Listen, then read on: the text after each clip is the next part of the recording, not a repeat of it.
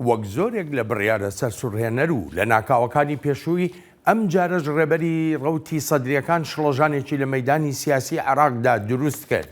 موقتەدە سەدر بڕیاری کشانەوە دەدا لە پرۆسەی سیاسی عێراقدا و نوێنەرانی ڕەوتەکەیشی دەست لە کارکێشانەوەی خۆیان لە پەرلەماندا ڕادەگەیەن و سەرۆکی پەرلەمانی عێراقیش پەسەندیان دەکا. ئەم هەنگاوەی موقتەدە سەدر هێندەی تر ئاڵۆزیە سیاسیەکانی عێراقی قوڵتر کردەوە و پێش دەچێت. پێکێنانی حکوومەتی نوێی عێراقیش هێندەی تر ئەگەر زیاتریش نەبێت دوا بکەوێ.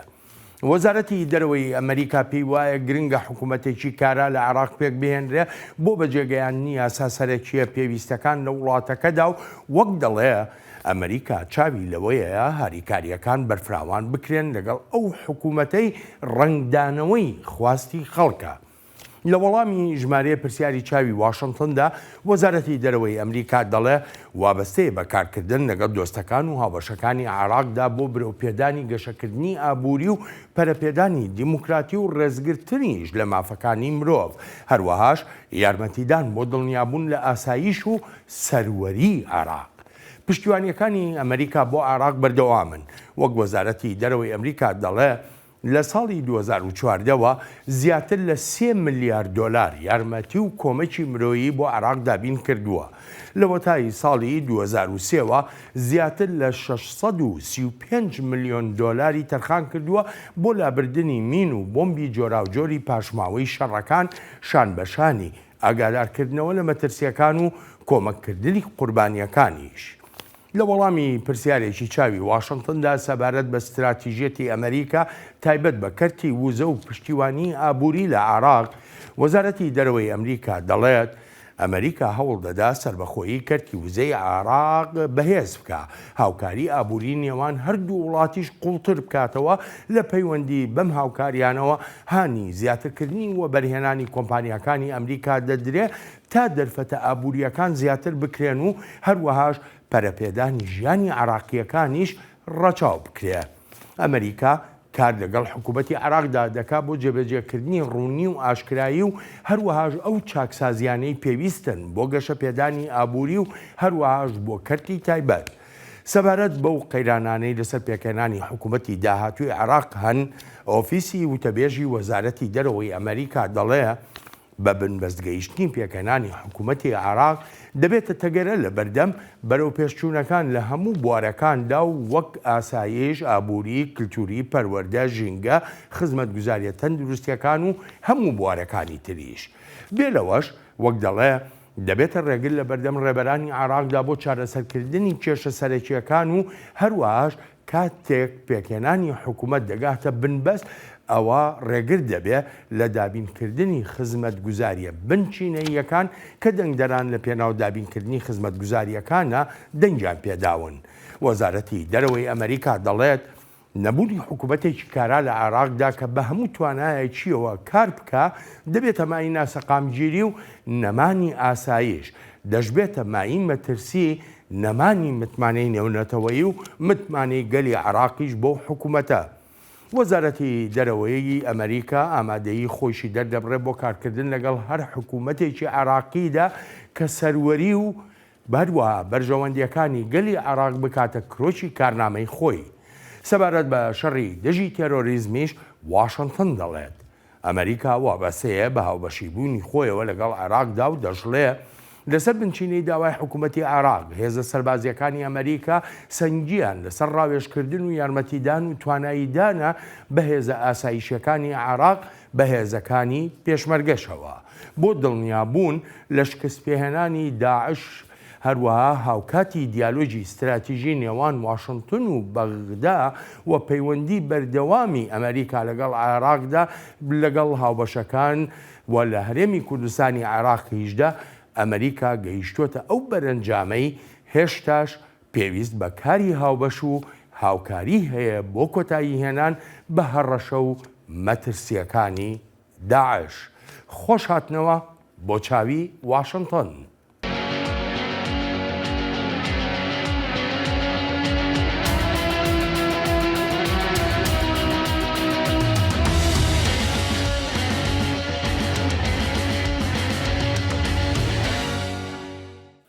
زیاتر لە 8 مانگ بەسەر هەڵبژاردنەکانی عێراقدا تێدەپەڕێت و هێشتا نەک هەر ئاسۆیەک بۆ پێکهێنانی حکوومەتی نوێ دەرنەکەوتووە بەڵکو و گرێکێوەرەکانی سیاسەت لە وڵاتەدا بەرەو ئاڵۆزیەکی زیاتر دەڕۆن.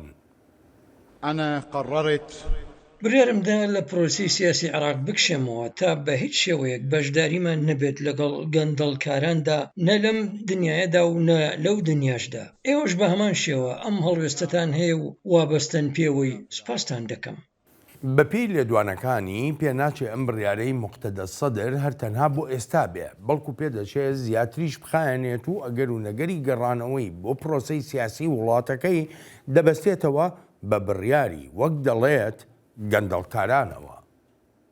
الذي أريد أن أخبركم به أنني في المرحلة القادمة دەشمەوێت پێتانی ڕابگەێنم کە لە قۆناغی داهاتووشدا بەشداری لە هەڵبژاردنەکاندا ناکەم لەگەڵ گەندەڵکاراندا. ئەگەر گەندەڵەکان بەشداریان کرد لە هەڵبژاردننی داهاتوودا ئەوە من بەشدار نابم. ئەمە پەیامێکی نێوان خۆم و خودای خۆمە. بەڵام هاوکاتی دەست لە کارکێشانەوەی ئەندامەکانی ڕەوتی سەدر لە پەرلەماندا موقتەدە سەدر پەیمانێکی نوێشیان پێدەدات. إلا إذا الله فرج. ئەگەر لەگەڵ گەندەڵەکان و ئەوانەی عێراقیان تاڵان کردووە و عێراقیان وێران کردووە هۆکاری خوێنڕژانی عێراقیەکان بوون خۆ نەکردە ئەگەر چوینە هەڵبژاردنەوە لەگەڵیاندا ئەوە هەر ئێوە دەبنەوە نوێنەرانمان بۆ ئەو هەڵبژاردنە. ڕێبەری ڕەوتی سەدر دوورکەوتنەوەی لە پرۆسەی سیاسی عێراق بە دەرفەت تێدا دەنێت تا نەیار و ڕکابەرەکانی لە عێراقدا بتوانن حکوومەتی نوێ پێک بێنن. وبقي ما يسمونه انسدادا سياسيا. ئەوانەی بە بنبەستی سیاسی ناودێریان دەکرد ئێستا ماونەتەوە. من بە بنبەستی دروستکرا و ناوم دەهێنا. ئەگەر فراکسیۆنی سەدر دادنرێت بەوەی تەگەرەیە لە بەردەم پێکهێنانی حکوومەتی نوێدا ئەوە هەموو ئەندامانی فراکسیۆنەکەمان ئامادەن بۆ دەست لە کارکێشانەوە لە پەرلەماندا. من مجلس النواب. هەر چۆنێک بوو بێ یان لە ژێباری هەر هەلوو مەرجێکدا بوو بێ سەرۆکی پەرلەمانی عێراق دەست لە کارکێشانەوەی ئەندامەکانی سەدر پەسەند دەکات و هەروەهاش دەڵێ جێگرەوەکانیان کێ دەبن. ما يتعلق بالبدلاء فالإجراءات لە پەیوەندی بە جێگرتنەوەی پەرلەمانتارەکانی ڕەوتی سەدر بەردەوام دەبین بەپێی یاسای هەڵبژاردن و هەروەهاش میکانیزمی کارکردنی پەرلەمان. ئەوانەی جێ پەرلەمانتارە دەست لە کارکێشاوەکان دەگرنەوە ئەوانن کە دەنگی کەمتریان هێنابوو لە بازنەکانی هەڵبژاردندا. لای خەڵکیش لە عێراق ئەم کشانەوەی سەدر جێی سەرنجە و هیوا دەخوازن تا وڵاتەکەیان نەکەوێتە بۆشایی سیاسیەوە و چەندێکیش بکرێ بە زوویی حکوومەتی نوێ پێک بێنرێ. انسحاب النواب الكتلة الصدرية. کشانەوەی یاسادانەرانی فراکسیۆنی سەدر کاریگەری دەبێت بەسەر پرۆسەی سیاسی عێراق و بەسەر پەرلەمانی وڵاتەکەشەوە و دەشبێتە هۆکاری دروستبوونی بۆشایەکی گەورەی سیاسی. ئەلبەتە ئەمە ئەو ڕەوشە نییە کە دەیخوازین بۆ گەلی عێراق. دەمانەوێت شتەکان بە نەرمی بڕۆن و حکوومەتێکی نیشتیمانی پێک بهێنرێت لە بەرژەوەندی گەلی عێراق. ئەمە یەکەم جار نییە موقتەدە سەدر ئەم جۆرە بڕیارانە دەدا. بۆ نمونە بەر لە هەڵبژاردنەکەی مانگی دەی ڕابردوو سەدر بڕیاریدا بەشداری لە هەڵبژاردندا نەکا بەڵام دواتر پاشگەز بووەوە و بەشداری کرد و توانی ببێتە گەورەترین لایەنی ناو پەرلەمان. ئەڵبەت چەندان بڕیاری تریش هەن کە پێشتر داونی و دواتر لی پاشگەز بۆتەوە. بەڵام ئەم بڕیارەی ئەم جارەی وهای کردووە دیمەنە سیاسیەکانی عێراق پڕ بکە لە نادیاری و نازانرێت ئایا ئەم کشانەوەیە تەگەرەکانی بەردەم پێگەێنانی حکوومەتی نوێ لا دەبا یان ڕەوشەکە بەم شێوەی ئێستای وەک خۆی دەهێڵێتەوە. چارلز دبلیو دان پسپۆڕ و شیکەرەوەی سیاسی میوانی ئەم هەفتەیە چاوی واشنگتنە.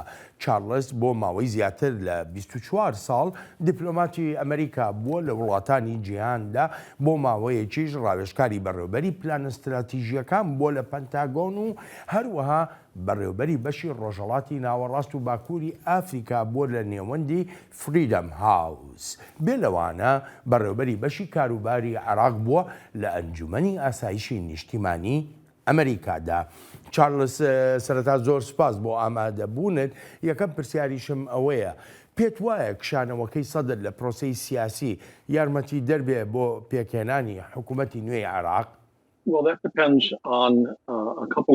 لە ڕاستیدا ئەمە دەکەوێتە سەر چەند ئەژمار و هەڵسەنگاندنێک بەگشتی پێدەچێت سەدر لە بوارە سیاسیەکەدا بمێنێتەوە و بڕوانی من سەدر لەو بڕوایەدایە کە ڕکابەرەکانی ناتوانن حکومت پێک بهێنن یان ئەگەر حکومەتیشان پێکهێنا ئەوە ناتوانن درێژەی پێ بدەن لە ئەنگرانی سەدر لە عێراقدا 2 بۆ 3 ملیۆن کەسن بەلایانی کەمەوە هەمیشە قورس بۆ بزانرێت جم و جۆڵە سیاسیەکانی سەدر لە پێناو چیدان و بۆچی ئەو جم و جۆڵانە دەکات بەڵام لەو میانەدا دەرفەتی داوە بە ڕکابەرەکانی تا حکومەتی نوێ پێک بهێنن پاژەوەی خۆی و هاوپەیمانەکانی شکستیان هێنا لە پێکهێنانی حکومەتدا لە دوای هەڵبژاردنەکانەوە خۆ لەوانەشە ئەو دەرفەتەی دابێت بە نەیارەکانی کە دەشزانێت ناتوانن حکومەت پێک بهێنن تا لە ئایندەدا خۆی و هاوپەیمانەکانی ئەو حکومەتە پێک بهێنن باجی هەموو یاری سیاسیەکانە کەوتۆتە سەرشانی عێراقیەکان کە لە مانگی دەی ڕابردووە چاوەڕوانن تا حکومەتێکی نوێ پێک بهێنرێت لە کاتێکدا لە ئێستادا ناتوانرێت شتێکی ئەو تۆ بکرێت بۆ کۆنتڕۆڵکردنی زۆر دۆسیە نیشتیمانی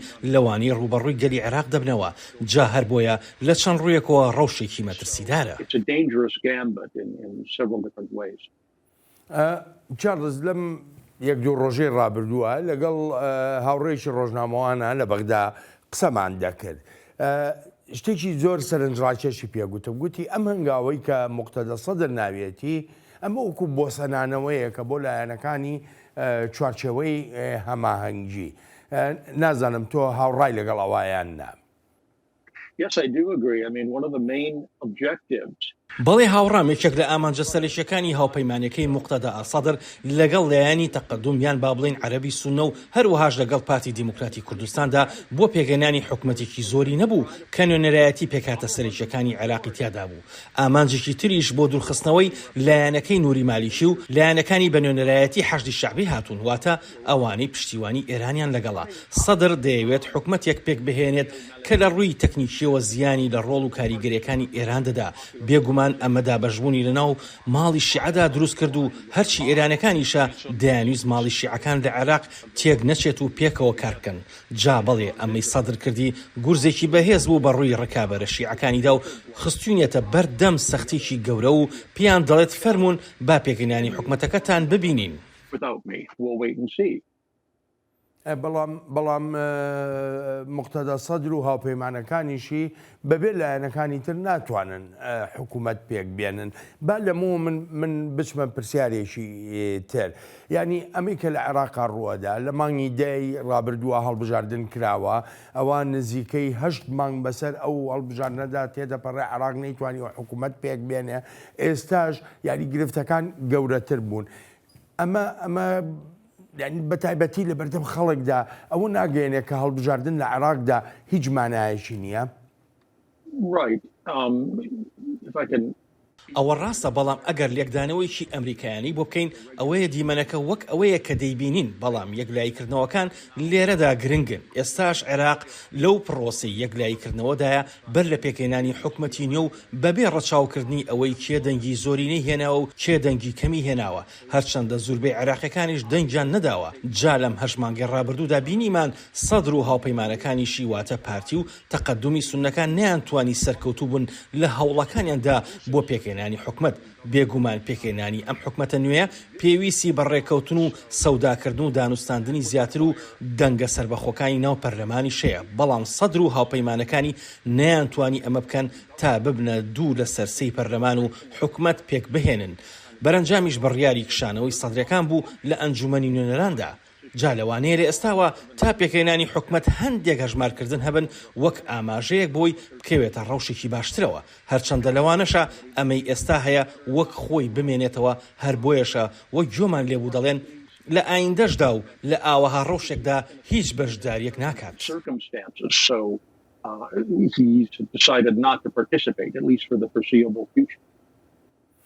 چارلز من دەگەڕێمەوە بۆلات تەنانەت بەر لە بڕیارەکەی موقتەدە سەدر بۆ کشانەوە لە پرۆسەی سیاسی ئەو بنبەستەی لایەنە سیاسیەکان تێکەوتبوون وایان کردبوو باس و خواست لەسەر دووبارەکردنەوەی هەڵبژاردن گەرم و گوڕ بێت و دوای بڕیارەکەی ڕەوتی سەدریش ئەم باسە زۆر جەختی لێ دەکرایەوە بەڵام سەرۆکی پەرلەمان دەڵێ کردنەوەی هەڵبژاردن بژاردەیەک نییە هذا الخيار هو خيار دستوري بژاردەیکردنەوەی هەڵبژاردن بژاردەیەکی دەستوریە کاتێک بەرەو هەڵبژاردننی بەرایی دەچوین لە ساڵی 2020دا لەسەر بنچینەی بەندی 64 دەستوری وڵات بوو.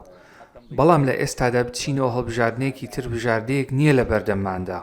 هەنگاوەکانی داهاتوو خێراتر دەبن هاوکاتی هەوڵەکانمان بۆ پێکهێنانی حکوومەتێکی نوێ کە بەرپرسیارەتی هێزە سیاسەکانە و خەڵکیش دەتوانن هەڵسەنگاندن بۆ دەستکەوتەکانی بکەن.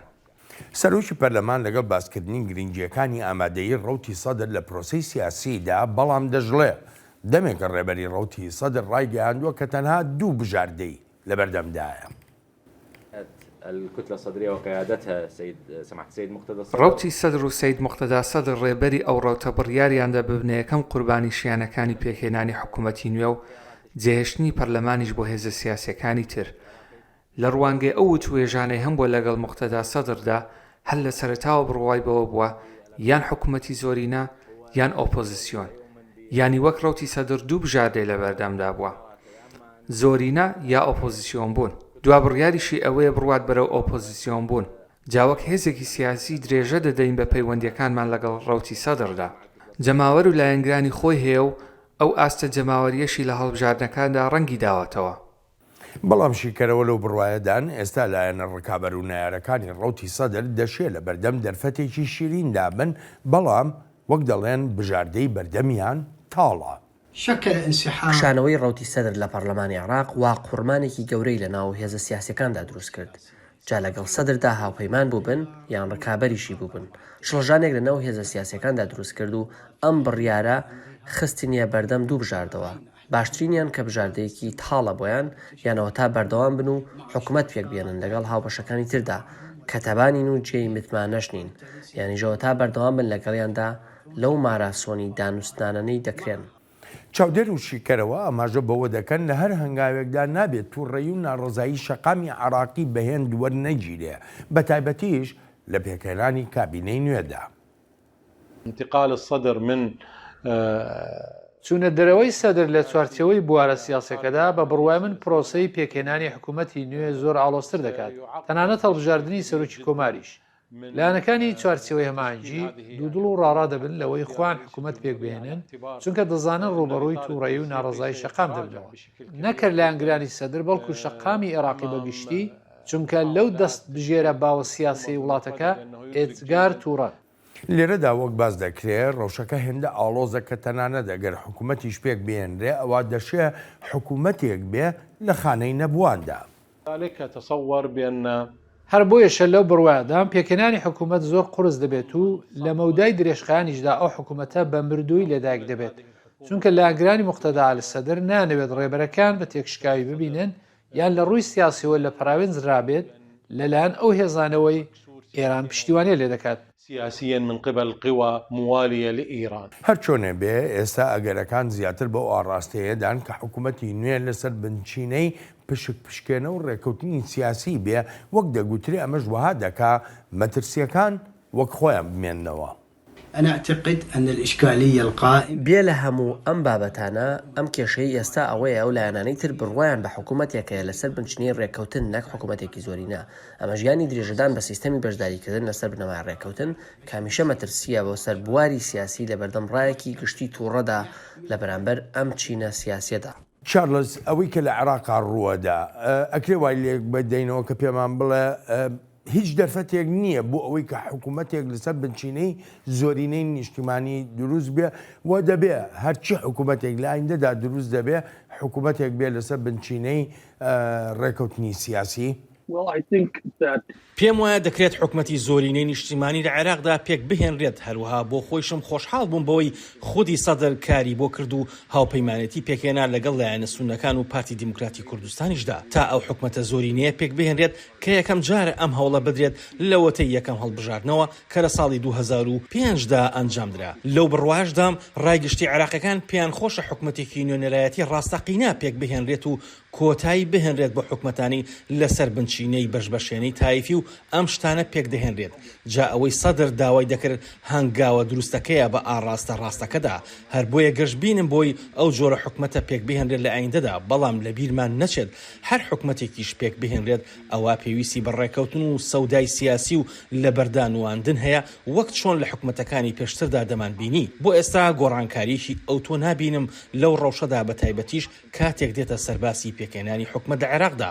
بەڵام لەو بڕوایەدام لە مەودای درێژخایاندا لە بواری سیاسی عێراقدا هۆکار هەن کە بتوانێت هیواکانی پێکێنانی ئەو جۆرە حکومەتەی زۆرینەی نیشتیمانی لەسەر هەڵبچنین.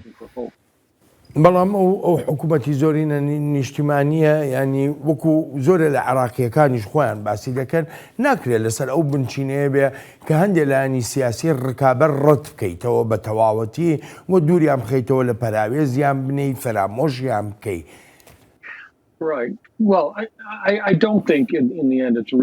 ڕاستە و پێشم وانێ شتێکی واقعی بێت. هەندێک لەو لایەنانەی هێزی سیاسیان هەن و لایانی سەرۆکیشن لە پەراوێز بنرێن یان فەرامۆش بکرێن. بەڕاستیش بڵێم ناتوانیت لایەنەکانی سەر بە ئێران بە تەواوەتی بکەیتە دەرەوەی هاوکێشە سیاسیەکان بەو لایەنانەشەوە کە ڕاستەخۆ نوێنەرایەتی هێزەکانی حەشدی شەعبی دەکەن و سەر بە ئێرانن.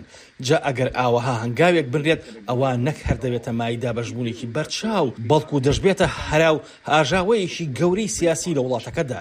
لەبری ئەوە پێویستە کار لەسەر کەمکردنەوەی ڕۆڵ و کاریگەریەکانیان بکرێت، بەڵام ئەمەش بەشی خۆی کارێکی سەختە. پێم وایە بڕیارەکەی سەدر بۆ کشانەی نوێنەرەکانی ڕەوتەکەی لە پەرلەماندا دەشێت تا ئەندازەیەک ئەو کاریگەریەمان نیشان بدات بەوەی شتەکانی هەڵداوە بە ئاسماندا و دەخوازێت بزانرێت لەکوێدا دەکەونەوە. زۆریش پێدەچێت لەو ڕەوشە سیاسیەکەی عێراقدا لەم بارەدا بین بە تایبەتیش لە ڕوانگەی هەوڵەکانەوە بۆ پێکهێنانی حکومەت. یەکێ لە پرسیارەکانی تر ئەوەیە ئەم لایەنانەی کە لە چوارچەوەی هەمانگیدا کۆبوونەتەوە دژایەتیکردنیان یا با بڵێم بەرەنگاربوونەوەیان بۆ سەدر و لایەنەکەی وای کردبوو یەکگرتوو بن و هاوهاڵوێز بن لە شتەکانە. ئەی بۆ لەمە دووە چۆن دەبێ؟ ئێستاوە سەدر لە پرۆسەی سیاسی عێراق چۆتە دەرەوە، ئەم لایەنانە هەریەکە بە شوێن دەستکەوتی خۆیەتی لەو پرۆسەیەدا بەڕای تۆ ئەو یەکگرتویان نەمێنێتەوە. پێم وایە ئەمە شتێکی سەرنجڕاکێشە، چونکە یەکێک لەو ئەژمارکردن و بەدواداچوونانەی هەن بە تایبەتیش کە لەلایەن سەدرەوە کراوە ئەوەیە دەڵێت ئێوە دژی ئەوەن ئێمە حکومەت پێک بهێنین، بۆچی خۆتان نایەن و هەوڵێکی نوێ بدەن. وەک دەشزانین ئەوانەی جێی 73 ئەندامەکەی سەدر دەگرنەوە بە پێی بازنەکانی هەڵبژاردن ئەوانن کە سەر بە ئێرانن یان نزیکن لە ئێرانەوە، بەوانەشەوە کە نوێنەرایەتی حەشدی شەعبی دەکەن. جا ئەمە وها دەکات ئەو لایەنانە باڵا دەست بن لە پەرلەمان و لە پێکهێنانی حکومەتیشدا. هەر بۆیە بەڵێ زۆریشی پێدەچێت بۆ لەمە و دوا دژایەتی یەکتر بکەن تا بزانن کامیان باڵا دەستتر دەبێت لەوی دیکەیان. جا بەڕاستی هیچ بە دووری نازانم ئەمە بەشێک بوو بێت لە بیرکردنەوەی سەدر کاتێک ئەو بڕیاریدا تا نیشانی بدات کە ڕکابەرەکانی چەندێک بێتوانە و هیچ لەباردا نەبوون و بۆ پێکهێنانی حکومەت و بۆ بەڕێوەبردننی وڵاتەکەش لە مەودای درێژخایاندا. ئەم ڕۆژێکە جەنابەت باسە کرد عێراق با بەرە و شەڕێکی ناوخۆ شەڕی ناوخۆ مەبەستم لە شەڕی شیعە و شیعەیە. بەبێ هیچ گومانێک ئەمە ڕەهەندێکی جێنیگەرانیە، چونکە زۆرێک لە ڕکابەرەکانی سەدر بە تایبەتیش هێزەکانی سەر بە حەشدی شەعبیش خاوەنی پاشخانێکی گەورن لە ڕەتکردنەوەی نایارەکان و هێرشکردنە سەر ئەوانەی کە جیاوازی سیاسیان هەیە لەگەڵیاندا لەو ململایانیانی بۆ دەستهێنانی دەسەڵات دەیکەن. بەڵێ شیانی هەیە تەنانەت ئەگەر نەشێتە خانی شەڕی ناوخۆیەوە، بەڵام بە دڵنیاییەوە ژینگەی سیاسی لە عێراقدا دەشێوێنێت. ڕاستە هەتا ئێستا کەس پێشبینی ئەگەری شەڕی ناوخۆی نەکردووە، بەڵام بە دڵنیاییەوە جۆمان لە زەنگی ئەو شەڕانە دەبێت. لەو ڕوانینانی دیبلۆمات و شیکەرەوە باسی دەکەن و دەڵێن بە دووری نازانن لە مەودایەکی کووردا تونند و تیژی سیاسی ببینێت لە دیمەنە سیاسەکەی عێراقدا و بە تایبەتیش ئەگەر ئەم ڕەوشە زیاتر درێژە بکێشێت و لەوانەشە ناڕەزایی شەقامیش دەست پێ بکات و ئەوەی کە ئایا سەدر چی دەکات لە پەیوەندی بە ڕێخستنی لایەنگرە زۆرەکانیانەوە ئەگەر بڕیارندا خۆپیشاندان بکەن هاوکاتی پرۆسەی پێکهێنانی حکومەت وەک دەشزانین خۆپشاندانەکان لە کاتی هەروادێ و بەرزبوونەوەی پلەی گەرما و نەبوونی وزەی ئەلکتریک دەست پێ بکەنەوە جا ئەمانە هەموو تێکەڵ بە یەک دەبن و دەشێت شتی چاوەڕان نەکراوی لێبێتە ئاراوە کە جێی مەترسی دەبن بۆ ڕەوشی سیاسی عێراق. چارلز لەسەر دۆسەی سەروەری عێراق من دەگەڕێمەوە بۆ لات. عێراق بێ لە کێشە ناوخۆیەکانی خۆی کێشەی گەورەیشی هەیە لەگەڵ وڵاتانی دراوسێیدا و بە تایبەتیش کۆماری ئیسلامی ئێران و کۆماری تورکیا. تورکیا وەک سیاسیەکان خۆیان دەڵێن تەنانەت شەڕی ئاویشی لەگەڵ عێراقدا دەست پێ کردووە. بدأت تركيا الجارة العزيزة بتقليل أو قطع المياه بنسبة 80%، يعني 20% تعطينا مياه. تورکیا دراوسێ ئازیزەکەمان دەستی کردووە بە بڕین و کەمکردنەوەی ئاولێمان بە ڕێژەی لە 180. ئەمە ینی تەنها لە 120 ئەومان پێدەگات کە بەپێی ڕێکەوتنە نێو نەتەوەیەکانیش نییە. ئەو لە 120 دەشمانداتێ لە بەرخۆشەویستی بۆ عێراق نییە، بەڵکو بۆ ئەوەیەکە لە بەنداوی ئیلسو وزەی ئەلکتریک بەرهەم دەهێنێت. تورکیا دەستیشی کردووە بە دروستکردنی ژمارەیەک بەندا و بەپێی ئەو زانیاریانی هەمانە دەستکراوە بە دروستکردنی بەنداوی جزرە. ئەمە ژیانی ڕێگرتن لەوەی یەک گڵۆب ئاو بگاتە عێراق. ولا قطرة مياه تجي للعراق. ئێران نەکەر ئاوی لە عێراق بڕیوە، بەڵکو ئاڕاستی ئەو ڕووبارانەشی گۆڕیوە کە لە ئێرانەوە دێنە ناو خاکی عێراقەوە. أما الجارة العزيزة إيران قطعت لە پەیوەندیش بە ئێرانی دراوسەی ئازیزمانەوە هەر بە تەواوەتی ئاوی لە عێراق بڕیوە. بە هیچ شێوەیەک ئەومان لە ئێرانەوە پێ ناگات، چونکە ڕێڕەوی چوار ڕووباری سەرەکی وەرچەرخاندووە بە ئاراستەی ناو ئێراندا.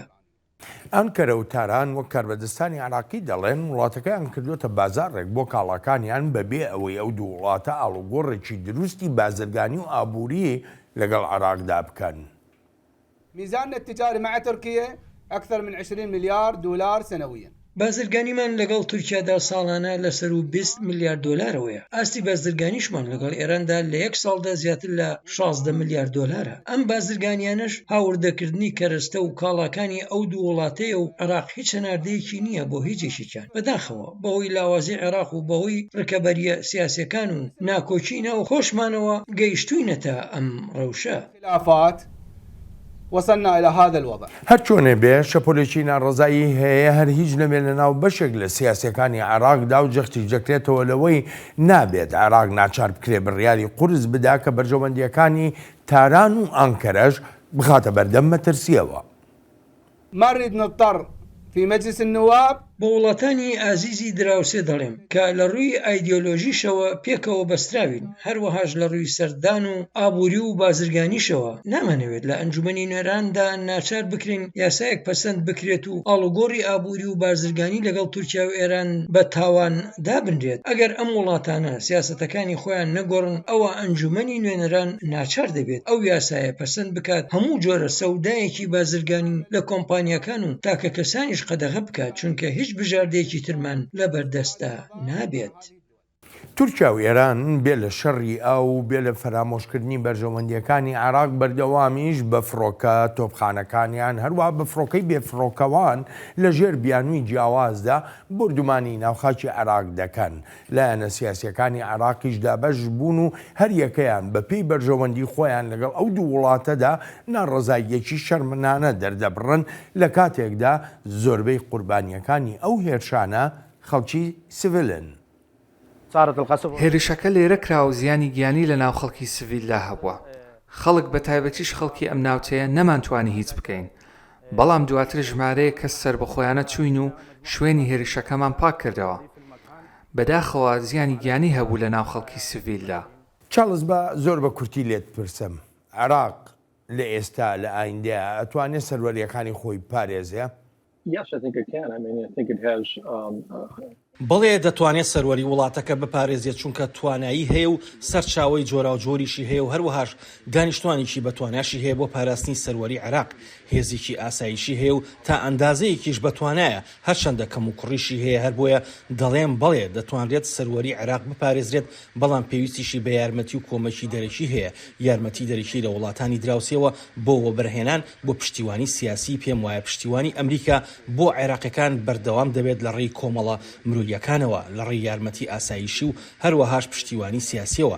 ئەوە تا بۆ 2 ساڵە دیالۆگی استراتیژی واشنگتن و عێراق بەردەوامە بۆ دەستنیشانکردنی ئەوەی ئەمریکا بە چ شێوەیەک درێژە بۆ یارمەتیدانی عێراق بدات لە پەیوەندی بە هەموو ئامانجە ئاسایشی و استراتیژیەکانەوە.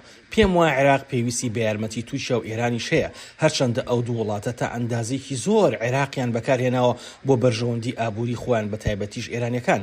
دەزانن ئەوە ئاسان نییە، بەڵام پێم وایە لەگەڵ هەندێک یارمەتی و کۆمەکی دەرەچیدا و بە تایبەتیش لە ڕووی دیبلۆماتی و سیاسیەوە یارمەتی دەردەبێت. بێگومان عێراقیەکان بۆ خۆشیان پێویستە ڕۆڵیان هەبێت، بۆ نمونە حکومەتێکی تۆکمەی بەهێز پێک بهێنن، جا حکومەتێکی زۆری نەبێت یان حکومەتێکی یەکگرتووی نیشتیمانی بێت، یان هەرچ ناوێکی تری لێ دەنرێت، بەڵام بتوانێت خاوەنی بڕیاری گرنگ بێت بۆ پاراستنی سەروەریەکانی عێراق.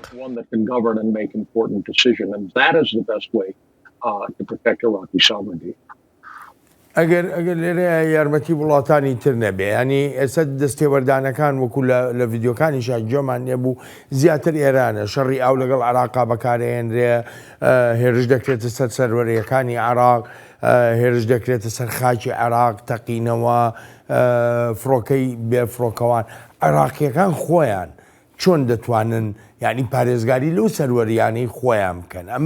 ئەمە پرسیارە گشتیەکەی لە شەقامی عراقیدا، چونکە کاردانەوەکانی حکوومەتی عراق دەسەڵاتدارانی عراق بەرامبەر بۆ پێشێلکاریانەی لە سنووری ئاسمانیدا بێ، لە سنووری زەویدا بێ، ینی زۆر شەرمنانەیە و هێندەی پێویستیش نییە. Well, I mean, that's just a very difficult question. دەزانی ئەوە پرسیارێکی زۆر قورسە و منیش دڵنیا نیم ئایا کاتێک حکومەتێکی نوێی عێراق پێک دەهێنرێت وەڵامێکی دەستبەجێی دەبێت یان نا. پێم وایە بۆ ئەم حکومەتەی ئێستا زۆر قورسە چارەسەری هەندێک لەو کێشانە بکات کە پەیوەندیان بە سەروەری وڵاتەکەەوە هەیە و هەروە لە پەیوەندیش بە ژمارەیەک دۆسی ئابوووریەوە، چونکە ئەم حکومەتە حکومەتێکی کاربڕێکەرە. هەڵبەتە ئەمە وەها دەمێنێتەوە تا ئەو کاتی حکومەتێکی کارا پێک دەهێنرێت. هەر بۆیە زۆر قورسە ئەو حکومەتەی ئێستا بتوانێت هیچ کێشەیەک چارەسەر بکات بە شێوەیەکی یەکلاییکەرەوە. با سەیری کێشەی ئەو بکەین لە نێوان تورکیا و ئێران و عێراقدا. ئەو بەنداوانەی لەو دوو وڵاتەدا دروستکراون وەهایان کردووە بە شێوەیەکی بەرچاو گەیشتنی ئەو بە جوتیارەکان و شارەکانی عێراقیش زۆر کەم ببێتەوە. ئەمە هەرتەنها کاریگەری نابێت بەسەر کشت و کاڵەوە، بەڵکو کاریگەریشی دەبێت بەسەر تەندروستی گشتیشەوە. بێگومان ئەم دۆسێژ بەهۆی گۆڕانی کەش و هەواوە خراپتر بووە. ڕاستە حکومەتی عێراق بۆ چەندان ساڵە هەوڵی داوە تا بگاتە شێوە ڕێکەوتنێک لەگەڵ ئەو وڵاتانەدا، بەڵام بەرەنجامێکی ئەو تۆیان نەبووە. بەهۆی لاوازی حکومەتەکانی عێراقەوە ئالێرەدا پێویستە پشتیوانی دیبلۆماتی و سیاسی درێژخایەن هەبێت لەلایەن ئەمریکا و بەبێ گومانیش لەلایەن وڵاتە عەرەبەکانی دراوسێ عێراقەوە کە دەشێت بتوانن یارمەتی عێراق بدەن.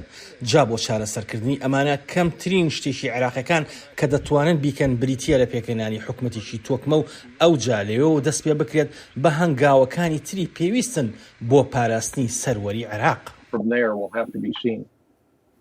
چاڵز لاوازی عراقیەکان لەلایەک دەستێوەردانی ئێران و تورکیا لەلایەکی ترەوە چەند کاریگەری دەبێت بەسەر ئەو ئەگەرانەی کە جارێکی کە داعش یا هەر ڕێکخراوێکی تری تێرۆریزم لەو ناوچەیەدا سەر هەڵبداتەوە؟ I think to the extent that it makes certain areas of Iraq. پێم وایە لە ئەگەری ئەوەی هەندێک لە ناوچەکان زیاتر ناسەقامگیر بن و ببنە شوێن و پێگەیەک بۆ توندوتیژیەکان، ئەوە بێگومان داعش یان تیرۆریستانی تریش لەو شوێنانەدا و لەو ژینگەیەدا دەرفەتیان بۆ دەڕەخسێت تا جم و جۆڵیان زیاتر بێت و ئاسانتر بێن و بچن، بە تایبەتیش کاتێک کە فەرمانڕەوایەتی لەو ناوچانەدا نامێنێت و ئێران یان تورکیا جێدەگرنەوە. لە ئاوەها ڕەوشێکی وەک ئەوەی باسم کرد بەڵێ زۆر پێدەچێت داعش و تیرۆریستانی تریش سوودی لێوەربگرن و بەکاریشی بهێنن. عێراق لە پەیوەندی بە داعشەوە لە ڕەوشێکی زۆر باشتردا دەبوو ئەگەر ئەو دەستێوەردانانە نەبوونایە. لە وەتەی ساڵی 2014 عێراق بەرەو پێشوونی بەرچاوی هەبووە لە شەڕی دژی تیرۆریزمدا، هەڵبەتە لەگەڵ یارمەتیەکانی ئەمریکادا، بەڵام لە بیرمان نەچێت بەپێی ئامارەکان نزیکەی 20,000 داعش هەن و وەک خانەی نووسون و هێشتاش کردەوە تیرۆریستەکانی خۆیان دەکەن لە عێراقدا و لە سووریاش. ئەمەش بەڕاستی کێشەیەکی زۆر مەترسیدارە. هێشتاش لە عێراق هەندێک ناوچە هەن بە ناوچەی داعش ناسراون، بە کورتی کێشەی تیرۆریستان لە عێراق هەرماوە و ئێران و تورکیاش بوونەتە گرفت بۆ لەناوبردنیان.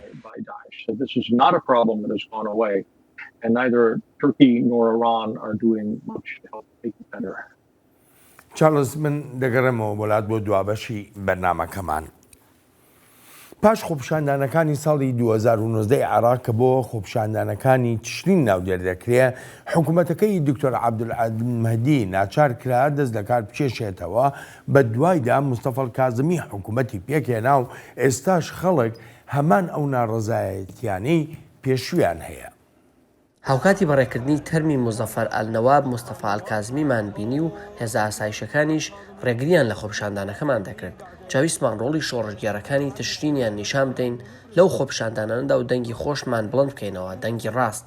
ئەوان دەیانویست خۆیان بکەنە خاوەنی مزەفەر ئەلنەواب لە کاتێکدا ئەم شاعیرە گەورەی عێراق هاوهەڵوێست و تەبابوو لەگەڵ ئامانج و ناڕەزایەتیەکانی تشریندا. خەڵک لە عێراق هیوایەکی زۆریان هەڵچنی بوو کە ڕەوتی سەدر بتوانێت گۆڕانکاریەک لە ڕەوشی وڵاتەکەیان نابێنێتە ئاراوە و لە ئەنگرانی سەدریش دەڵێن ڕەوتەکەیان هەر هەنگاوێک بنێ ئەوە ڕکابەر و نەیارەکانیان دێنە بەگژیاندا.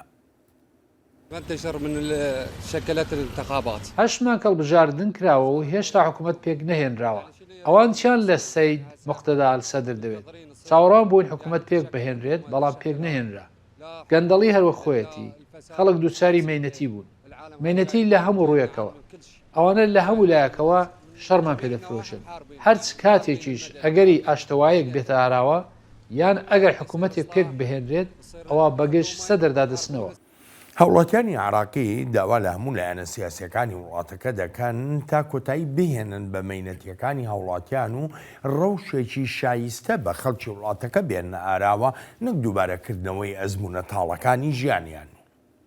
ما يوصل الموضوع لاقتتال نفس ما صار ب 2019. هیوادارم نەگاتە واستەی ساڵی 2019 نامانەوێت بگەڕێنەوە بۆ ناڕزاییە قورسەکان.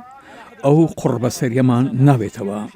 بۆ خۆم یەکێک بووم لە بەشداربووەکانی ئەو شەپوری ناڕزایی ساڵی 2019 و لە هەموو ڕووداوەکانیشدا بووم. حەز ناکەین بگەڕێنەوە بۆ ئەو ڕەوشە. ئێمە خۆشیمان بۆ عێراق دەوێت.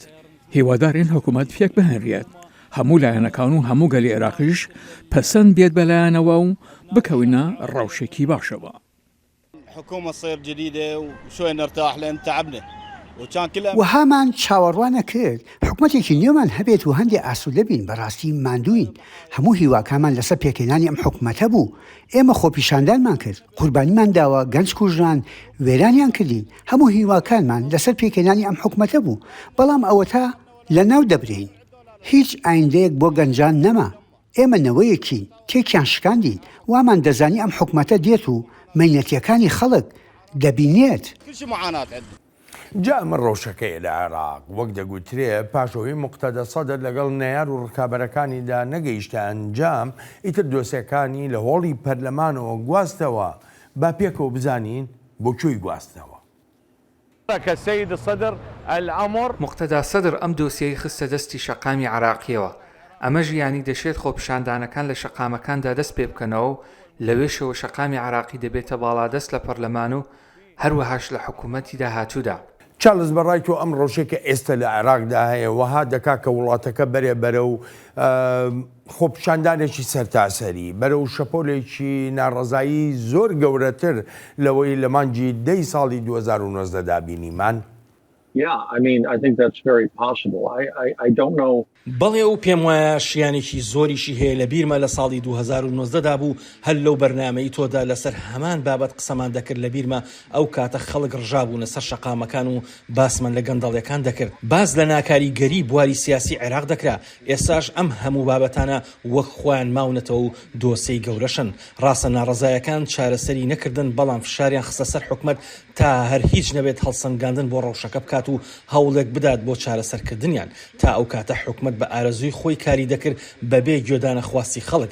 ئێستاش لەم سەروەختەی بنبەستی حکوومەتەدا کە ڕەوشەکە بەرەو خراپتر و خراپتر دەڕوات، ئەگەرێکی بەهێز هەیە بۆ دروستبوونەوەی شەپۆلێکی ناڕەزایی دەربڕین لەسەر شەقامەکان و پێشم وایە کاریگەرێکی بەهێزیشی دەبێت لەسەر پێکهێنانی حکوومەتی نوێ و هەروەهاش لەسەر ئاڕاستەی ئایندەی ئەو وڵاتە. خۆ لەوانەشە تاوتوێکردنی بابەتی تریش هەبێت وەک ئەوەی ئایا سەدر چ بڕیاریشی تری دەبێت پاشکشانەوەی ئەندامەکانی لە پەرلەماندا هاوڵاتیانی عێراق پێویستیان بەڕێخستن و گردبوونەوە هەیە. هەر بۆیە پێویستە حکوومەت سەرنج بداتە ئەو ڕەوشە، چونکە زۆر پێدەچێت شەپۆلێکی دیکەی گەورەتری ناڕەزایی دەربڕینی عێراقیەکان دەست پێ بکاتەوە. And I think that is very likely what we're going to see. چارلز سوپاس و پێزانینم بۆ بەشداریت لە بەرنامەی ئەم هەفتەیە چاوی واشنگتندا زۆر سپاس دەکەم. چارلز thank you very much.